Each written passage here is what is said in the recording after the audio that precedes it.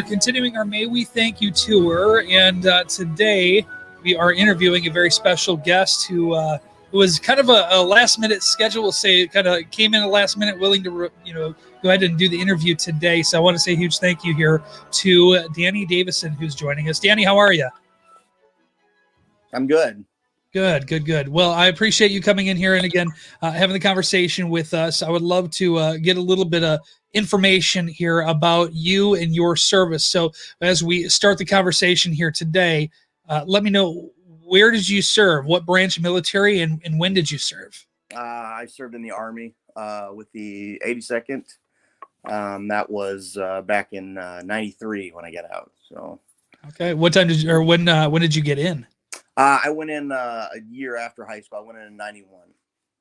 All right. So you had a little bit of time in there and some service in the military. Obviously, at that age, probably had to be very transformative. What do you feel like for you during that transition of enlisting and going through your service? What was the, I guess, biggest transformation from you personally? For me, it was the the following the orders. I guess kid, you listen to your parents. Those are the directions you take, and now you go into you know all these replacements for your parents, and it doesn't take long at all, and you develop that sense of respect and discipline, and that's what they instill, and I think it was great. It did good for me. Good. I like to ask this question too, because I feel like everybody's got their own perspective as to why they decided to join the military. So, what was it that prompted you to say, you know what, I want to serve my country? I know. I think a lot of people do it for the same reasons as I did. For one, it was the history. Um, it's an honor to be part of our armed forces. My grandfather served, my father served, and I wanted to keep the tradition alive, and I served. Um, it's different reasons for different people. Some people do it for college. Some people do it for, travel. Some it's just following in the family footsteps. Whatever reason it is, um, I respect anyone who has or is serving. Yeah, I'll definitely agree with that respect level, because it's something that not everybody does. We know that it Right. takes a special individual to do that. So, with your listing off some of the reasons why some people would join, obviously travel is one of those big things that you talked about. Is there, travel? I guess, was there a travel plan for you in your service? Did you get to travel and explore a lot of different areas of the country or the world? No, no, unfortunately, I didn't. I didn't really enlist for the travel portion of it. Although I gotta say, I was a little excited to know that I might be traveling to different places. Um, I was one of those that was, just a split second away from traveling, but not really to a nice place. So I guess in hindsight, it was good that I missed the travel, but I still would have took that step and traveled wherever I had to go. Yeah, definitely. When you have the conversation with your family and let them know, hey, this is what I want to do. I want to serve.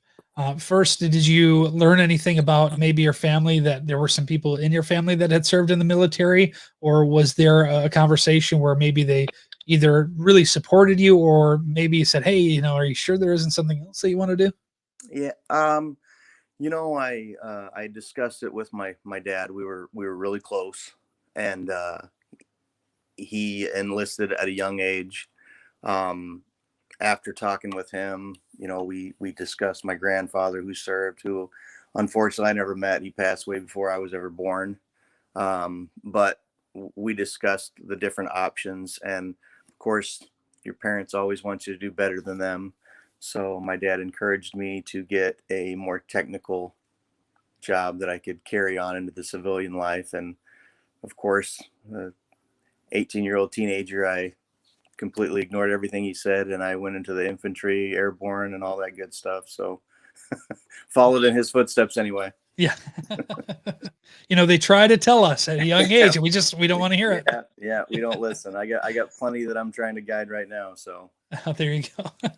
Well, let's talk about that then. You've got children, as you mentioned them too. mhm. Is there any inkling or any hinting that they are interested in serving as well, or is that something that hasn't been a conversation yet?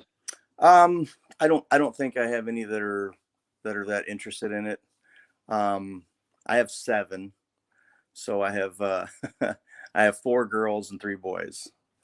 Uh, Got most are an army of your own right there. Yeah, yeah. Half of them are grown, half of them are still working on it. I think they're more looking at college right out of high school. Uh, I don't think too many of them are interested in the military right now. Yeah, definitely understand that too. It's a different time now There's always too, a right? chance. Yeah, There's always right. a chance. Well, let's say that they came to you and said, "Dad, this is something I want to do. I want to, go and pursue this. I know you did it, and I want to kind of carry on that family tradition." What would your conversation to them be like? Well, I'd be proud of them. It's like you said, it's a small percentage of people that do this.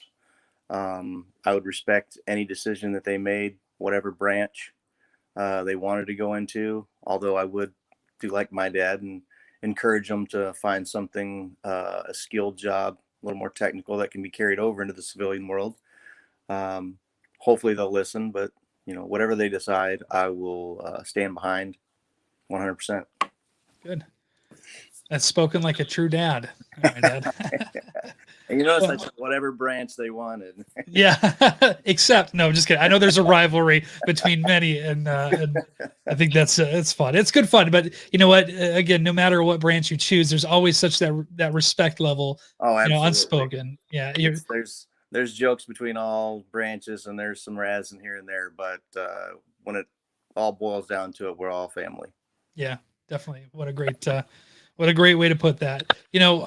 With the service that you did, was there ever an option for you where you said, okay, I want to continue serving and I want to make this a longer term thing? Or was that something where you're kind of like, okay, I've done, my time and I'm content. When I enlisted, I intended on um, making it a career.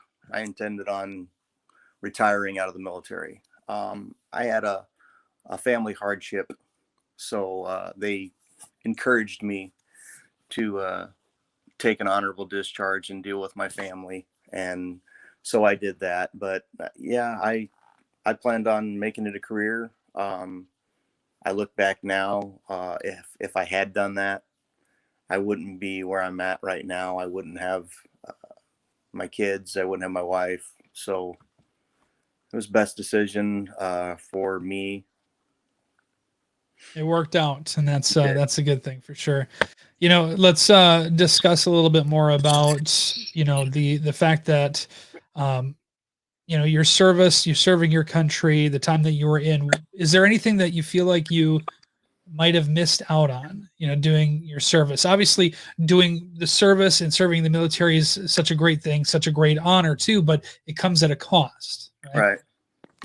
So, Yeah. is there anything?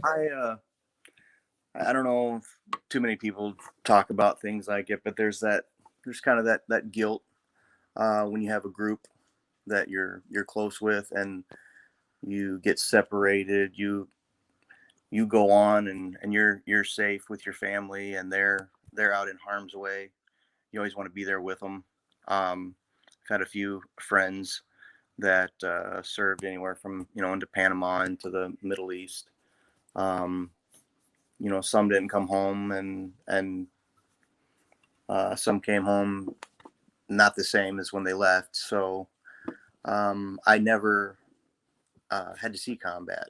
So for me, there's sometimes there's that little guilt.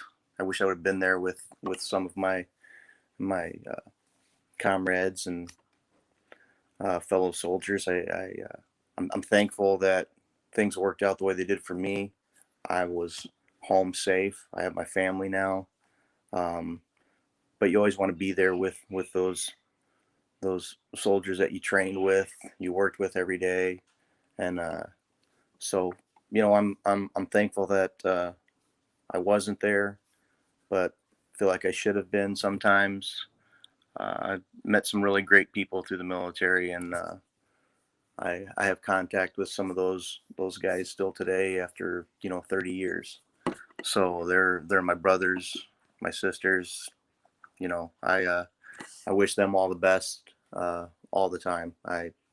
I'm glad that I got to meet those people. It's funny how people, it feels like sometimes people come into your life and they're meant to be there, and especially when it comes to such a tight knit group like the military, definitely an amazing thing to be able to keep those relationships. And we talk about the time spent in there. We talked about some of the reasons why. Let's transition to maybe a story. Do you have a story that you would be willing to share with us about your service? I love to hear these stories because nobody tells a story like a military person. Yeah. Yeah, there's probably a lot that I couldn't tell, but I guess one that stands out is going through airborne school. I didn't realize I was scared of heights.